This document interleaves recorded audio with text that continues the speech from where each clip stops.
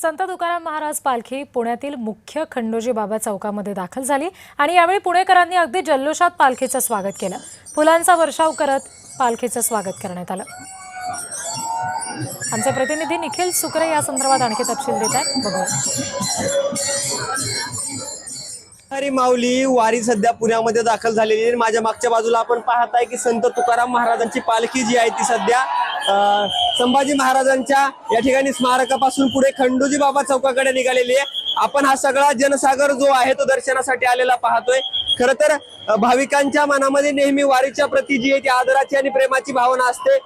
ज्ञानोबा माऊली असतील किंवा संत तुकाराम महाराज असतील यांना डोळ्यामध्ये साठवून घेण्यासाठी, त्यांचं दर्शन घेण्यासाठी वारकरी जे आहेत ते गर्दी करत असतात। आपण पाहतोय की कशा पद्धतीने जे आहेत हे वारकरी जे आहेत ते दर्शन घेताना आपल्याला पाहायला मिळतात।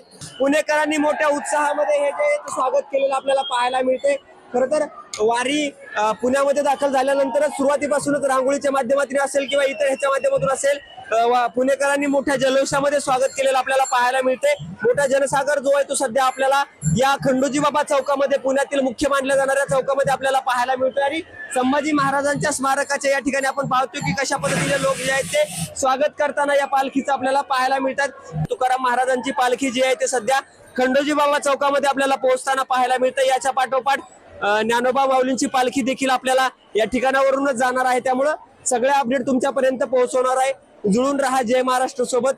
जय महाराष्ट्राच्या माध्यमातून आम्ही तुमच्यापर्यंत सगळे अपडेट पोहोचवणार आहोत। जय महाराष्ट्रासाठी निखिल सुकरे, पुणे।